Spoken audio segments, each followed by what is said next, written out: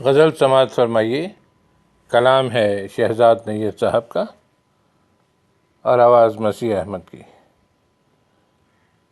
شکستہ تو تھی ایک دیوار گھر کی، شکستہ تو تھی ایک دیوار گھر کی، مگر میرے دشمن کو کس نے خبر کی، مگر میرے دشمن کو کس نے خبر کی، ابھی چاند رستے میں اپنے پڑا ہے، ابھی ابتدا ہے ہمارے سفر کی، ضرورت نے آنگن میں کمرے اگائے، بھلا کون سنتا دہائی شجر کی، نہ جانے ہوائیں کہاں لے اڑیں گی، جو چادر ذرا دیر کو سر سے سر کی، بہت دیر گزری کہ گزرا نہیں ہوں، خبر کیا سناؤں تجھے دل نگر کی،